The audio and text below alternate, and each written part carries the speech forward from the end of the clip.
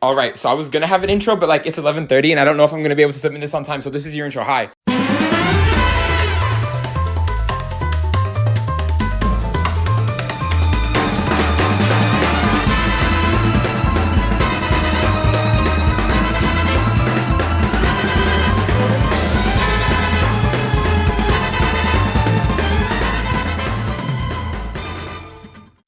All right, so I think we can all agree that World War II is probably one of the worst single wars in history. Like 70-something million people died, making it the deadliest war in history. But anyways, I know what you might be thinking. Let's just kill Hitler and get this over with. World War II solved. Peace forever and ever and ever and ever. But not only is that so painful and original that it's like the first thing anyone thinks of when they think of changing history for the better, but also we aren't allowed to do that. So instead, I'm going to look further into the past and the motivations for World War II to find a better answer.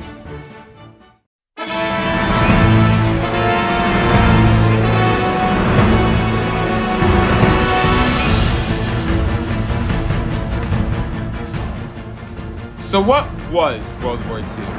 World War II was a global conflict that basically involved almost every country in the world by the end of it. As for when World War II happened, it happened from around 1939 to 1945. Or well, you could argue that World War II started earlier with the Japanese invasion of China, making World War II start in 1937, or even in 1931 if you count the Japanese invasion of Manchuria.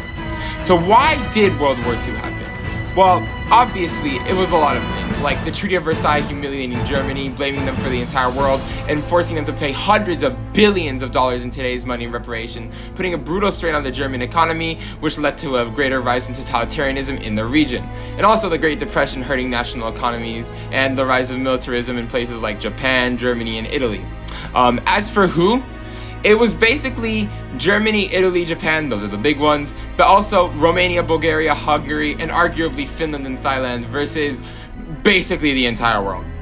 And as for where it happened, again, basically the whole world, but more specifically, the fighting was mostly in Europe, North Africa, and East Asia / the Pacific. Also, obviously, places like North America were involved through their industrial capacity, and also the Japanese managed to bomb North America once or twice, a couple times. So how would I, personally, change this? How would I stop this from happening?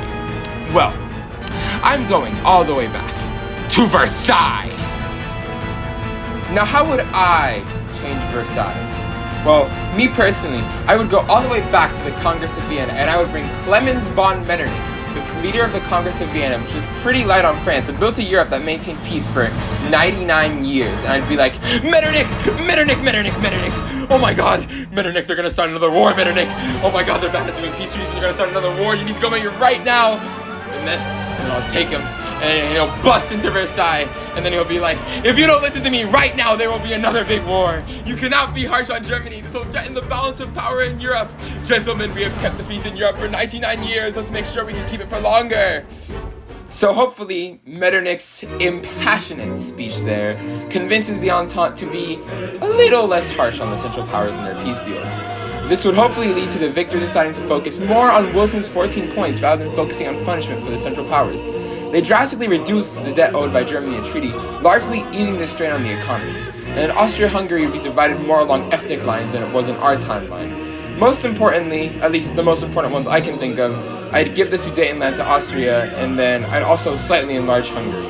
Now you might say, ooh, Sudetenland to Austria, that doesn't really sound too good, but I feel like realistically, this just avoids the issue coming back up later.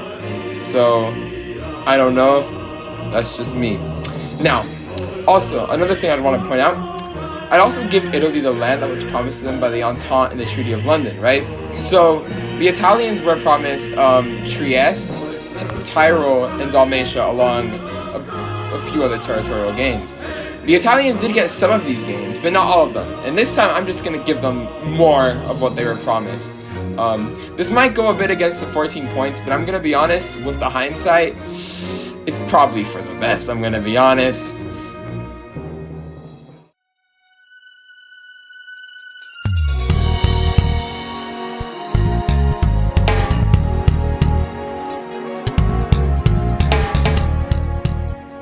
So, how does this Europe continue into the future? Well, This new non-crippled Germany continues onward as the Weimar Republic, and while it likely does continue to be unstable for quite some time, it eventually gets back up on its feet without the hyperinflation crisis and reparations. It is a much more stable position for the Great Depression. The lessened economic instability gives the Nazis less of a platform for power, as the people are less desperate for solutions to Germany's issues, and therefore less likely to go extreme. The Nazis just can't exploit the fears and anguishes of the German people as effectively. It's kind of like Hitler still exists, right? He still goes on doing his like wacky little Hitler things, right?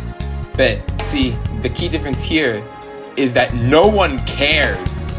All right? So obviously, this Europe is just such a peaceful and happy place where no war or conflict ever happens and everyone dances happily ever after forever and ever and ever.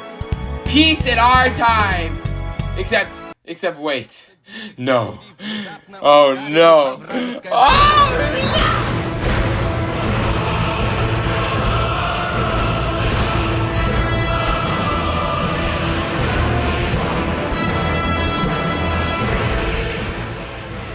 Realistically, I can't promise a fully peaceful Europe. Even if I were to hand wave away the Soviet Union, which I don't think can be done by editing Versailles alone, there would still be communism, or at least the fear of communism, and that alone would cause instability in Europe. But I don't think it would be as big as an issue in this Europe as it would be in our timeline. You see, Russia under Stalin had a policy of socialism in one country, which largely meant that he wouldn't be too expansionist. Also, without the German conquest of Europe, essentially opening up all of Europe to be a big race between the Allies and the Soviets to see who gets what in Europe, the Soviets are unlikely to get very far. But also, I just want to say, I can't see much I could do by just changing Versailles to stop the Japanese invasion of China, so sadly that still happens. In fact, actually, a similar Pearl Harbor and Pacific War situation might even happen if the US decides to go with its trade sanctions with Japan. And as for the elephant in the room, the big ol' half the world elephant in the room that maybe y'all didn't think about, but I did. Colonialism. I feel like European colonialism, it would still end eventually, right?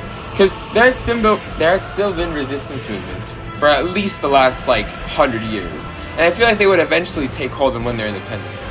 So overall, I'd rate this world as more peaceful.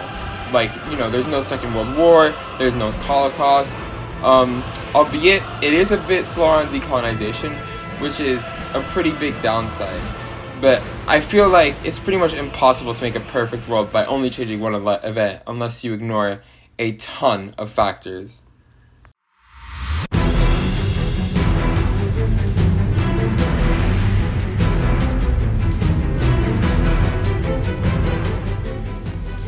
Alright, so the French Revolution. And I just realized I have to be quicker because the World War I portion was 5 minutes long and I don't want a 30-minute long video, so okay. So what was the French Revolution? Essentially, the French Revolution was a transition of France from an absolute monarchy to a constitutional one and then to a republic, and then back to empire, with all of the craziness that comes with that. From May 5th, 1789 with the reopening of the Estates General all the way to November 9th, 1799 with Napoleon's coup. Now where? Well, France, duh, it's the French Revolution. And as for who, I mean, obviously a lot of people, but some people I could think of are Louis XVI, Robespierre, the Jacobins, the Third Estate, Napoleon, Marie Antoinette, among many others, surely. And as for why, well, obviously, a ton of things. Well, for starters, something like enlightened thinkers, like the philosophies, introducing ideas of liberty and representative government and just rights of people in general. And also, the French making the Third Estate pretty much pay all of the taxes. And also, the monarchy being broke after the 7 Years' War and American Revolution. So, stuff like that. So what would I change? Okay, so I'm gonna be honest, I'm not a whole fan of the Napoleon becoming emperor thing. Doesn't that defeat the whole point? Oh, I'm Napoleon, emperor of the French, and my brother is the emperor of Spain. God, he really did try to be Caesar. I mean, he was Italian too, come on. Anyways, I'd bring George Washington over, because he actually knew how to give up his power. And then I'd have him go up to Napoleon right before he would start his invasion of Russia, and I'd have him give Napoleon a good old word, a good old talking to. Napoleon! Come up here right now, I'm gonna give you the whooping of a lifetime! France would promptly become a republic. With the combined power of Napoleon and Washington, they would then go and invade Russia and Britain.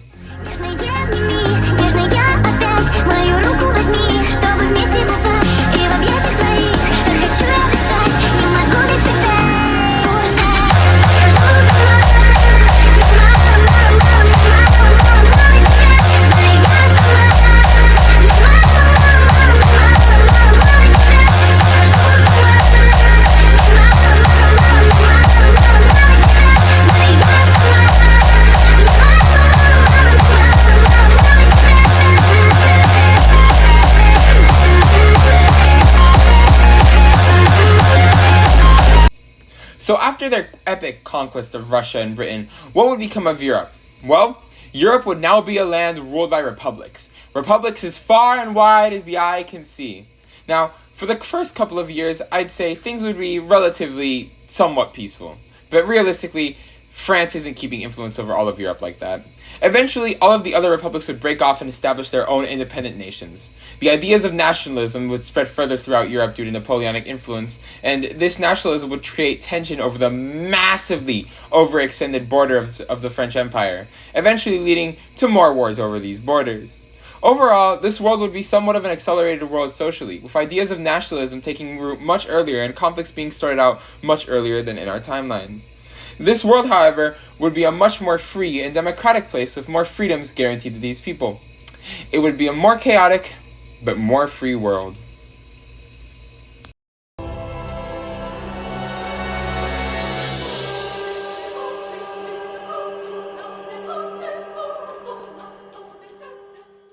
Protestants. They're everywhere, but they didn't need to be. Only because of centuries of religious conflict did the Reformation ever actually entrench itself as a strong religion. Conflicts like the 30 Years' War, the whole Huguenot thing in France, and whatever England had going on. But anyways, so, where? Well, the whole thing mainly started in the Holy Roman Empire, but it would eventually spread across several places like in Europe, like Scandinavia, in England, and also some of their colonies. Well, as for who? Martin Luther was obviously important. There were people like John Calvin and people like Erasmus who criticized the church even before the Reformation started. So what? Okay, so essentially one day Martin Luther, he nailed a paper to the door of a church that was like, here is 95 reasons why the church is bad. And originally he didn't actually want to break off from the church, but the church eventually just excommunicated him. So this led to a schism in the church and then several wars! So why? Well, the church was being a little silly, you see. They were selling indulgences, which is essentially like, hey buddy, you want to go into heaven? Well, you can now for 5 easy payments of gold bars. That, along with the corruption in the church, led to that fateful Reformation.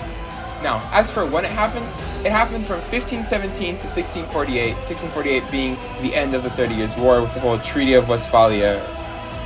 Okay, so how would I change this? Well, I would bring Jorge Mario Bergoglio, yo no sé cómo pronunciar eso, aka Pope Francis, all the way back to the pre-Reformation church, and I'd have him be like, Pope Leo X, you better stop doing this indulgent stuff, or I'm gonna have a little chat with God. And trust me, God is not gonna be happy. So after this little chat, Pope Leo would suddenly declare that indulgences are now bad and wrong, and begin going out and rooting out the corruption within the church. And also, I'd have Pope Francis go and slap King Henry VIII, because he needs to be slapped, just let's be honest. Now, what would happen as a result of this? Well, first of all, there would be no wars of religion in the Holy Roman Empire, no conflicts of persecution in France with the whole Huguenot thing, and if King Henry VIII got some sense knocked into him, no Anglican church, which means that none of that English monarch religion ping-pong stuff would be going on. Also, without the Peace of Westphalia asserting the independence of the princes in the HRE, and all these religious schisms drawing a wedge in the HRE, the empire stays more centralized than it did in our timeline. And also, there's just a random fun fact that I really like, this new Europe doesn't see an independent Netherlands! Well, I mean, it probably does eventually, but one of the causes that led the Dutch to rebel was the Spanish persecution of Protestants. So without this, the Dutch stay Spanish, which I think is just the best thing to come out of this timeline. And also, a strengthened Holy Roman Empire, or at least a strengthened Habsburg dynasty, would be more effectively able to combat France without all of that internal division and conflict. Overall, this world would still have conflict, but it would skip centuries of religious conflict in Europe and avoid millions of deaths in those wars.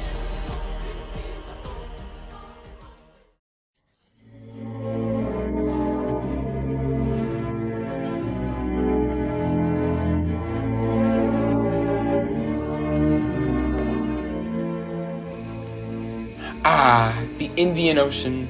Such a big old ocean. And also a European playground for like 400 years. The Dutch, the Portuguese, the British, the French, the Spanish only didn't show up because the Pope drew a line on the map saying they couldn't go there. Which is sad, because before the Europeans came, this was such a bustling place of different kingdoms, cultures, and religions. Now, as for the who, what, where, why, when, well, where, again, it's easy, you'll never guess. The Indian Ocean. Now, as for when, well, I'd say from 1498 with Vasco da Gama's voyage, all the way to India, all the way until, well, I guess you could argue with this one a lot, but I'd say the absolute end is 1999 when Macau got given over to China. No, I know what you're thinking, or at least, well, I know what you're thinking if you're the person grading this. Hey, wait a minute, isn't this supposed to be from 1450 to 1750? And yes, I'm only going to talk about stuff from that time frame. Please don't make this not count. Now, as for who, well, Vasco da Gama kind of kicked off the whole thing by being the first to sail all the way to India. Prince Henry the Navigator also helped this happen by sponsoring all of those voyages. Now why? Well, Europeans were tired of having to get Asian goods through land where the prices would exorbitantly go up through all the different trading states. They wanted to cut out the several middlemen and do it themselves, which I guess they did do it in the end. Now, as for what? Well, it was very simply the European process of essentially hijacking the Indian Ocean trade network through seizing ports, extorting payment from local rulers, and redirecting and controlling trade to their benefit. So what would I do? I would bring Chinese explorer Zheng He over to this time period. I would tell him about how the Europeans were about to come in and destroy the entire network, and I'd also tell him about what they would eventually do to China. Opium. And then suddenly, Zheng He would amass a massive fleet of ships using his legacy. He would go around warning people. Strange people speaking a strange, very strange language are gonna destroy us all. And then, on that fateful day in 1498, Vasco da Gama would cross the Cape of Good Hope, only to see a massive fleet waiting upon him. The battle would be very brutal. Many people would die and many ships would be sunk, but eventually, his fleet would be sunk. Zheng He would then send a warning all the way back to Lisbon. Any of you people that ever try to mess with our waters ever again shall be eradicated. The Indian Ocean would be secured. So, what would this new world look like?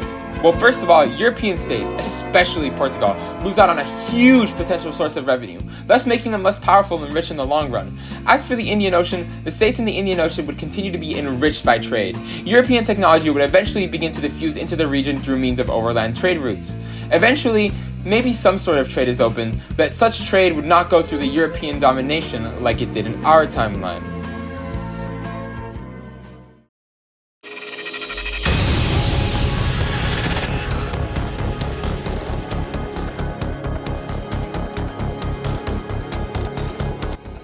Alright, so the Black Death, big old plague, tons of people died. Like around 30% of Europe's population. Horrible, right? Well, who, what, where, why, when time? Why? Well, essentially, this Asian disease was brought over to Europe when the Mongol army got ravaged by the Black Death trying to take a Genoan port. The Mongols, being Mongols, decided to throw infected corpses over the port. From there, the plague spread all across Europe through trade routes and infested fleas on rats. Who? Well, it's a plague. What am I supposed to say? The fleas carrying it? I'm not even gonna try to pronounce that. Yeah, sure, it's his fault. It's all on him for sieging down the city. This plague is all his fault. Can you hear me? Now, as for where, well, the focus on this will be mostly in Europe, but the actual virus affected, it spread all across trade routes throughout Eurasia. And as for when, 1347 to 1351. Now, as for what it was a pandemic that ravaged Europe in the 1300s, killing an estimated 30% of Europe's population, though that's debated. So what would I do to change this? Well, firstly, I would bring back Valdemar Hafner, that was probably a horrible pronunciation, the guy who made the plague vaccine all the way back to the time of the Black Death. And then I just tell him to vaccinate everyone and we would save millions of lives. So that's surely a good thing, right? Well, it is, but there are some downsides. You see, the plague helped the serfs that lived there, the ones that survived, demand better pay and conditions because, there were less of them and therefore they were more valuable. And so, as for that, feudalism would still continue to be strong for some time, and I do think that's a downside. But then again, we also saved millions of people from horrible deaths, so I still think it does end up being a good thing in the end.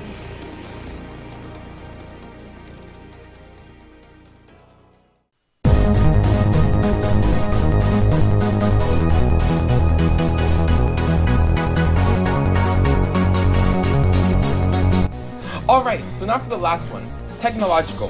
My change here is keeping NASA's space policy ambitious and funded.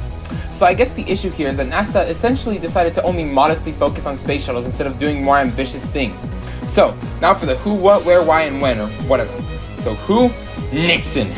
It's always Nixon, isn't it? Essentially, under Nixon, NASA funding began to drop. The space task group Nixon had made to decide what to do with NASA post-Apollo had recommended that their budget be gradually increased so they could eventually get to Mars sometime in the 1980s. Nixon, faced with Vietnam and other federal projects competing for funding, thought that NASA should just be treated like any other domestic program. NASA even had to cancel some Apollo missions too. There were 20 planned Apollo missions. Honestly, I'm just realizing that was like all of the who, what, where, when, why. Well, except for when. So as for when, well, early 70s, really. Now. So as for how I would stop this, I would bring back JFK from the dead. And then I'd have JFK be like, Nixon, you can't do this, Nixon. We have to go to Mars, Nixon. Please. I didn't get shot in the head just for you to defund NASA. Alright, so what effects would this have on NASA? So, remember that space task group Nixon had made? The leader of the task group actually urged him to gradually increase NASA's budget so that they could have a Mars mission in the 1980s and build a space station. So, we're just gonna assume NASA does that. So eventually, NASA actually does manage to build both their space station and land on Mars. Human space progress has been leaped ahead by decades. Who knows where we'd be by now? Moon bases? An actual permanent presence on Mars by now? We would be so far ahead in space travel at this point that it's difficult to even imagine like what we'd be like right now. I was also gonna have an outro, but it's 11:35 and I don't know if I'm gonna be able to turn this in on time, so this is my intro. Goodbye.